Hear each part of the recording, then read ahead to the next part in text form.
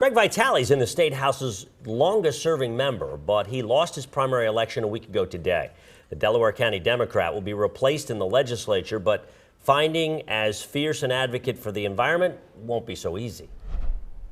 You know, in an odd sense, I'm relieved and happy. Not typically what you hear from a state rep who just lost a primary. Also not typical.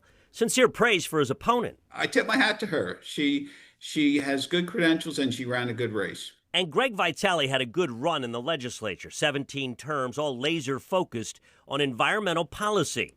Vitale wrote, "Climate change is the most serious long-term threat to the planet." Saddened more of his colleagues didn't agree. Working on environmental policy in Harrisburg, it's difficult. It's like running into a brick wall of your head again and again. I mean, because the forces are just aligned against you. You know what I mean? You know, with the Democrats, labor thwarts a lot of good environmental stuff. The oil and gas industry and the Republican Party thwarts the environmental stuff. So it's really frustrating. Vitale could also be frustrating. He was a person who didn't always stay on the good side of leadership. And so sometimes, people were very irritated with him. And the ire was bipartisan, like when he criticized his own Democratic leadership and Governor Shapiro for abandoning the greenhouse gas initiative. He was not one to hold his tongue.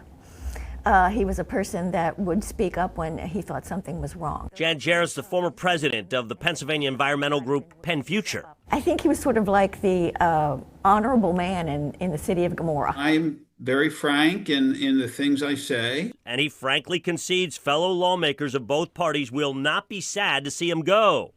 He reminds them he hasn't left yet. There's a saying in running, in a race, you run through the tape, complete my term without, people saying, oh, he just sort of gave up once he lost.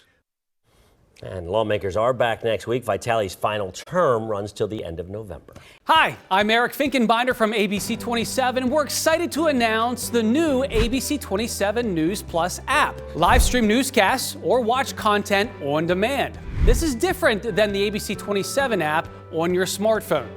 You can check this out at home and it's very easy to use. With a Fire Stick, go to the homepage, scroll down to search. From there, enter ABC 27. Move over to the apps and there we are. Click the icon and install. It's just that easy.